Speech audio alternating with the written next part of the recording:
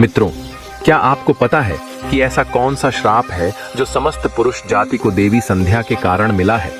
जब पुरुषों ने देवी संध्या का अपमान किया, तब उन्होंने मनुष्य को श्रापित किया कि वे अपनी भावनाओं को व्यक्त नहीं कर सकेंगे। यह श्राप आज भी पुरुषों के जीवन में देखा जा सकता है। मित्रों, चलो आज के इस वीडियो में हम आपको बताएंगे कि मनुष्य को यह श्राप देवी संध्या ने क्यों दिया था। चलिए इस विषय की चर्चा हम एक महान कथा के माध्यम से करते हैं। एक समय की बात है, भगवान भोलेनाथ के पास देवर्षि नारद जी जाते हैं और भगवान भोलेनाथ के चरणों में प्रणाम करते हैं और कहते हैं, हे देवों के देव महादेव, आप सर्वज्ञ हैं।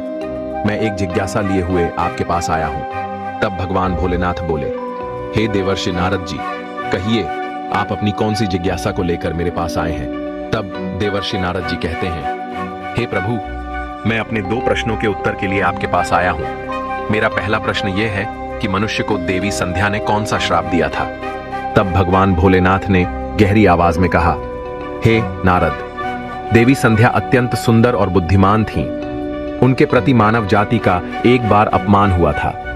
यह अपमान इतना घातक था कि उन्होंने मनुष्यों को श्राप दिया था कि मनुष्य अपनी भावनाओं को व्यक्त करने में असमर्थ रहेगा। इससे मनुष्य में संवेदनशीलता की कमी हो गई और वे अपनी इच्छाओं और भावनाओं को छिपाने लगेंगे। यह श्राप मनुष्य को अपनी जीवन यात्रा में अनेक कठिनाइयों का सामना करने पर मजबूर करता है। देवर्षि नारद जी ने ध्यान से सुना और फिर पूछा, महादेव, ये देवी संध्या कौन थी? उनका महत्व क्या था? तब भोलेनाथ ने मुस्कुराते हुए उत्तर दिया, देवी संध्या दिन और रात के मिलन का प्रतीक है। वे प्रकाश और अंधकार के बीच की कड़ी है। उनका स्वरूप समस्त ब्रह्मांड की ऊर्जा को समाहित करता है। वे शांति, सौम्यता और प्रेम की देवी हैं। मनुष्य को उनके प्रति श्रद्धा रखनी चाहिए क्योंकि वे जीवन के सभी रंगों को समझने और स्वीकार करने का पाठ पढ़ाती हैं। अब भगवान भोलेनाथ की बात सुनने के बाद नारद जी गहरी सोच में डूब गए। उसके बाद उन्होंने कहा, हे प्रभु, इस श्राप ने तो मानव जीवन को कितना जटिल बना दिया है। क्या इससे मुक्ति का कोई उपाय नहीं है? तब महादेव ने कहा, हर श्राप का एक उपाय होता है नारद। मनुष्य को अपनी भावनाओं को समझना और उन्हें व्यक्त करने का साहस जुटाना होगा। साधना, ध्यान और आत्मावलोकन से वे देवी संध्या के प्रति अपनी श्रद्धा को प्रकट कर सकते हैं। जब वे अपनी संवेदनाओं को पहचानेंगे और उन्हें स्वीकार करेंगे, तब यह श्राप कमजोर पड़ेगा। नारद जी ने सहमति में सिर हिलाया और बोले, तो यह सीखने का कार्य हम सबका है। हमें अपने भीतर की संवेदनाओं को जगाना होगा। भोलेनाथ ने कहा, बिल्कुल सही। जब मनुष्य अपने भीतर की शक्ति को पहचानता है, तब वह देवी संध्या के आशीर्वाद को पुनः प्राप्त कर सकता है। यह यात्रा कठिन हो सकती है, लेकिन प्रेम और विश्वास से संभव है। हे नारद, मैं तुम्हें इस बात का भान एक कथा के माध्यम से करवाता हूं। सुनो। जब सृष्टि का आरंभ हो रहा था, तब सृष्टि के रचयिता ब्रह्मा जी कमल के आसन पर विराजमान होकर भगवान का ध्यान कर रहे थे। उसी समय उनके मन में सृष्टि का निर्माण करने की इच्छा जागृत हुई। तब सबसे पहले उन्होंने अपने मन में एक स्त्री का विचार किया। उनके मन से विचार करने पर एक त्रिभुवन सुंदर कन्या का जन्म हुआ। वह कन्या अत्यंत सुंदर और मनमोहिनी थी। मन के ध्यान से उत्पन्न होने के कारण वह ब्रह्मा की मानस कन्या हुई। उस समय ब्रह्मा जी ध्यान में लीन थे और ध्यान करते समय वह कन्या उत्पन्न हुई, इसलिए उन्होंने उसका नाम संध्या रखा गया। जब ब्रह्मा जी ने उस अत्यंत सुंदर स्त्री की ओर देखा, तो कुछ क्षणों के लिए उनका मन विचलित हो गया। उसका मन मोहक रूप देखकर ब्रह्मा जी उस पर मोहित हो गए और उनके मन में काम भाव जागृत हो गया। ब्रह्मा जी की ऐसी कपटी दृष्टि पड़ते ही उस देवी का तेज नष्ट हो गया, जिससे वह देवी संध्या बहुत दुखी हुई और उस स्थान को छोड़कर चली गई। अब भगवान भोलेनाथ बोले, हे नारद, ब्रह्मा जी के मन में किसी भी प्रकार का विकार उत्पन्न नहीं हो सकता, किंतु प्रभु की लीला तो देखो। उन्होंने अपनी लीला दिखाने के लिए ब्रह्मा जी के मन में विकार डाल दिया। उसी विकार के कारण ब्रह्मा जी के मन में कुछ क्षणों के लिए काम का भाव उत्पन्न हो गया।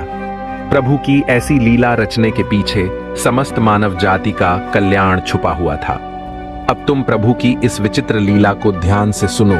ब्रह्मा जी के ऐसे व्यवहार से देवी संध्या अत्यंत दुखी होकर चंद्रभाग पर्वत पर ध्यान करने के लिए चली गई। वहां जाकर उसके मन में इस बात की चिंता सताने लगी, वह तपस्या किसकी करे, किस भगवान की आराधना करें। इसी विचार से वह पृथ्वी लोक पर बृहलोहित नाम के पर्वत के पास चली गई और वहीं खड़ी हो गई। फिर महर्षि वशिष्ठ उसी स्थान से गुजर रहे थे तो उन्होंने देवी संध्या को पर्वत के पास खड़ा हुआ देखा। तो वह देवी संध्या को अकेले उस स्थान पर देखकर महर्षि वशिष्ठ उसके पास चले गए और पूछने लगे, भद्रे, तुम कौन हो? किसकी पुत्री हो? इस भयंकर वन में तुम किस लिए घूम रही हो? यदि कोई गोपनीय बात ना हो तो तुम अवश्य अपना उद्देश्य बताओ। तब देवी संध्या ने उनके साथ जो हुआ वह सब बता दिया और कहा, हे मुनिवर, मैं इस पर्वत पर तपस्या करने के उद्देश्य से आई हूँ। कृपया आप मुझे यह बताइए कि मैं किसकी तपस्या करूं? मुझे अब इस दोष से कौन मुक्ति दिलाएगा तथा मुझे तपस्या कैसे करनी चाहिए? कृपया मुझे उपदेश देकर अनुग्रहित कीजिए। तब देवी संध्या की बात सुनकर महर्षि वशिष्ठ जी कहने लगे, हे देवी, तुम भगवान नारायण की तपस्या करो। ओम नमो नारायणाय नमः इस महामंत्र का जाप करो। जब तक भगवान के दर्शन ना हो तब तक इस मंत्र का जाप करते रहो।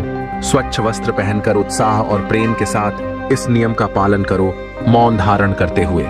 भगवान के नाम का जाप करो। तुम्हारी भक्ति से प्रसन्न होकर भगवान विष्णु तुम्हें अवश्य दर्शन देंगे।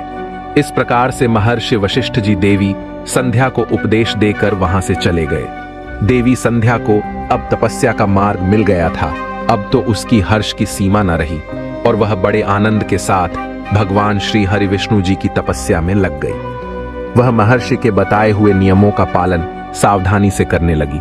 इस प्रकार सभी नियमों का पालन करते हुए देवी संध्या ने 4 युगों तक अपनी तपस्या चालू रखी। उसकी व्रत तपस्या और भगवान के प्रति श्रद्धा को देखकर सभी देवताओं को बड़ा आश्चर्य हुआ। भगवान विष्णु भी देवी संध्या की तपस्या से अत्यंत प्रसन्न हुए और फिर उन्होंने मनोहर चतुर्भुज रूप धारण किया और देवी संध्या के सामने जाकर प्रकट हुए। वहां प्रकट होने के बाद भगवान विष्णु ने कहा, हे देवी, उठ जाओ। मैं तुम्हारी भक्ति से अत्यंत प्रसन्न हूं और तुम्हें आशीर्वाद देना चाहता हूं। अब भगवान विष्णु की मनोहर छवि देखकर देवी संध्या शीघ्रता से खड़ी हो गई। भगवान श्री हरि विष्णु का यह रूप सूर्य के समान तेजवान दिखाई पड़ रहा था। भगवान के ऐसे रूप को देखकर देवी संध्या स्तब्ध हो गई। उसे समझ नहीं आ रहा था कि वह क्या करे और क्या कहे। उसके मन में भगवान की स्तुति करने की अभिलाषा हुई, किंतु वह भगवान के उस रूप को देखकर वह कुछ भी बोल नहीं पा रही थी। अब भगवान विष्णु ने देवी संध्या की मनोदशा को जान लिया और उसे दिव्य ज्ञान दृष्टि देते हुए दिव्य वाणी प्रदान की। फिर देवी संध्या बड़े उत्साह से भगवान विष्णु की स्तुति करने लगी। उसके एक एक वाक्य में उसकी भक्ति और समर्पण दिखाई पड़ रहा था। तपस्या के कारण संध्या का शरीर अत्यंत क्षीण और कमजोर हो गया था। तब भगवान ने अपनी अमृतम दृष्टि डालकर उसके शरीर को हष्ट-पुष्ट बना दिया और मधुर वचन में उससे कहने लगे, हे भद्रे, तुम्हारी तपस्या से मैं अत्यंत प्रसन्न हूं। तुम अपनी इच्छा के अनुसार वर मांग लो। तब देवी संध्या ने कहा, प्रभु, यदि आप मुझ पर प्रसन्न हैं और मुझे वरदान देकर अनुग्रहित करना चाहते हैं तो मैं पहला वर मांगती हूं कि संसार में जितने भी प्राणी हैं उनके मन में पैदा होते ही काम का विकार उत्पन्न ना हो। दूसरा वर मैं यह मांगती हूं कि मेरा पतिव्रता धन कभी खंडित ना हो। और तीसरा वरदान मुझे यह दीजिए कि अपने पति के अलावा किसी अन्य पुरुष के प्रति मेरे मन में आसक्ति ना हो। जो भी पुरुष मेरी ओर काम भाव से देखे वह पुरुष नपुंसक हो जाए। फिर भगवान विष्णु ने वरदान देते हुए कहा, हे कल्याणी, आज तुमने संसार के कल्याण के लिए उत्तम वर मांगा है। इसीलिए आज से पैदा होने के बाद किसी भी प्राणी के मन में काम वासना का भाव नहीं होगा। मनुष्य के शरीर की 4 अवस्थाएं होंगी, बाल्य, कौमार्य, यवन, और जरा मनुष्य को कौमार्य अवस्था के अंत में ही काम भाव का उदय होगा। तुम्हारी तपस्या से आज मैंने यह मर्यादा स्थित कर दी है कि संसार में कोई भी प्राणी पैदा होते ही काम भावना से युक्त नहीं होगा। तुम्हारे सतीत्व की प्रशंसा तीनों लोकों में होगी और तुम्हारे पति के अलावा जो भी पुरुष तुम्हें काम की दृष्टि से देखेगा वह तुरंत ही नपुंसक हो जाएगा। तुम्हारे पति बड़े भाग्यवान, तपस्वी, सुंदर तथा तुम्हारे साथ 7 कल्पों तक जीवित रहने वाले होंगे। हे देवी, तुमने जो जो वर मांगे हैं मैंने वह प्रदान किए। अब मैं तुम्हारे मन की बात कहता हूं। पहले तुमने अग्नि में अपने शरीर को त्याग देने की प्रतिज्ञा की थी। यह प्रतिज्ञा तुमको इसलिए करनी पड़ी क्योंकि ब्रह्मा जी की दृष्टि तुम पर पड़ चुकी थी। निर्दोष होने पर भी तुम अपने शरीर को त्यागना चाहती हो। यहाँ पास में ही एक चंद्रभागा नदी है। उस नदी के तट पर महर्षि मेधा एक ऐसा यज्ञ कर रहे हैं जो 12 वर्षों में पूर्ण होगा। उसी यज्ञ में तुम अपने शरीर का त्याग करके अपनी प्रतिज्ञा पूरी करो, किंतु तुम वहां पर ऐसे वेश में जाओ कि मुनियों की दृष्टि तुम पर ना पड़े। मेरी कृपा से तुम अग्नि की पुत्री हो जाओगी, जिसे तुम अपना पति बनाना चाहती हो। उसका चिंतन करते हुए तुम उस अग्नि में अपना शरीर त्याग दो। इतना कहकर भगवान विष्णु ने अपने हाथ से देवी संध्या के मस्तक को स्पर्श किया। भगवान का हाथ देवी संध्या को स्पर्श होते ही देवी संध्या का शरीर आटे का बन गया। भगवान ने ऐसा इसलिए किया क्योंकि मुनियों का वह यज्ञ संसार के कल्याण के लिए हो रहा था और उस अग्नि में मांस न गिरे और अग्निदेव मांस भोजी न बन जाए। इसलिए उन्होंने देवी संध्या को आटे का बना दिया था। तदनंतर देवी अदृश्य होकर उस यज्ञ के स्थान पर गई। उस समय उसके मन में एक ही भावना थी कि उसने पृथ्वी पर आते ही सबसे पहले उन्होंने मुनि महर्षि वशिष्ठ के दर्शन किए थे। इसलिए उसने अपने मन में महर्षि वशिष्ठ जी को ही अपना पति मान लिया और उनका चिंतन करते हुए उन्होंने यज्ञ की अग्नि में अपना शरीर त्याग दिया। अब भगवान भोलेनाथ कहते हैं, हे देवर्षि नारद जी। फिर भगवान की आज्ञा से अग्निदेव संध्या के शरीर को मंडल पर लेकर गए। फिर सूर्यदेव ने संध्या के शरीर के 2 भाग करके देवताओं और पितरों को प्रसन्न करने के लिए अपने रथ पर स्थापित कर दिया। उसके शरीर का ऊपरी भाग प्रातः काल हुआ और शेष भाग संध्या काल हुआ। देवी संध्या के कारण ही सुबह सूर्योदय के समय को प्रातः संध्या कहा जाता है और सूर्यास्त के समय को संध्या काल। इस प्रकार से देवी संध्या जो त्याग की मूर्ति थी, उन्होंने अग्नि में प्रवेश करके अपने जीवन को समाप्त कर दिया। भगवान विष्णु के वरदान से देवी संध्या दूसरे जन्म में अरुंधति के रूप में प्रकट हुई और ब्राह्मण मुनि वशिष्ठ जी की पत्नी बनी।